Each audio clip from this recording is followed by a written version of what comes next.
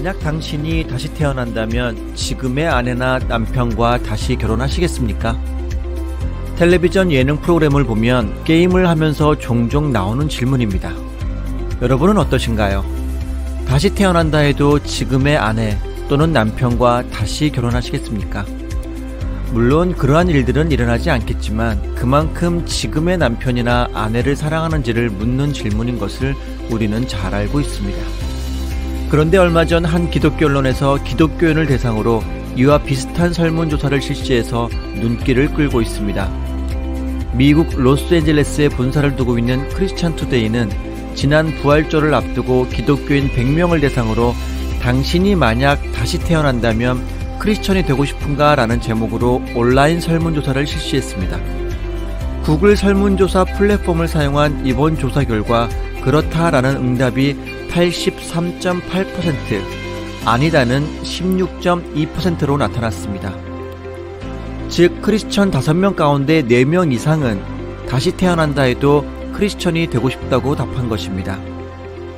그 이유를 묻는 질문에 대해서는 주님만이 오직 구세주라는 답변이 61.9%, 십자가의 길을 걷는 삶만큼 아름다운 것이 없다라는 답변은 20.2%로 나타났습니다.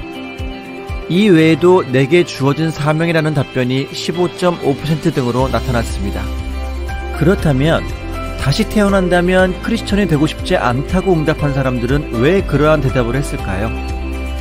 응답자들이 꼽은 가장 큰 이유는 62.5%를 차지한 믿는 자들에게 받은 상처 때문이었습니다. 그리고 교회 내 분쟁과 타락이 37.5%로 그 뒤를 잇고 있습니다. 여기서 우리가 생각해야 할 부분은 바로 아니다라고 응답한 16.2%의 크리스천입니다. 그렇게 대답을 하게 된 배경으로 구원에 대한 불확신이나 신앙이 달라질 것이 없다는 극소수의 의견도 있긴 했지만 믿는 자들에게 받은 상처와 교회 내 분쟁과 타락 등 본인 외적인 부분에서 발생한 일들로 인해 이러한 생각을 하고 있다는 것이 사실 충격적입니다. 이러한 원인이 있을 거라는 예상은 하고 있었지만 이 정도로 많은 비율을 차지했다는 사실이 놀라울 따름입니다. 달리 말한다면 크리스천들이 그 이름에 걸맞는 삶을 살지 않았고 교회 역시 세상의 모범이 되지 못했다는 것을 반증하고 있다는 얘기입니다. 여기서 말하는 믿는 자는 같은 교회에 다니는 사람들 아니면 회사나 학교 기타 모임 등에서 만나게 되는 사람들일 것입니다. 적지 않은 크리스천들이 같은 교회에 다니는 사람들로부터 상처를 받습니다.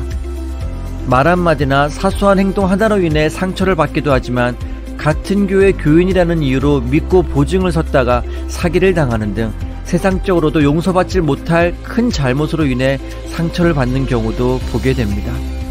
김장로님이 설마 하는 믿음과 더불어 어려운 상황을 바라보며 선한 마음을 가지고 도움의 손길을 내밀었는데 오히려 불미스러운 일을 겪게 되는 거죠. 같은 교회는 아니지만 그 외 공간에서 만나게 되는 크리스천으로 인해 상처를 받는 경우도 있습니다. 직장 상사가 독실한 크리스천인데 주변 사람들로부터 안 좋은 평판을 듣는다거나 하는 경우가 그렇겠죠.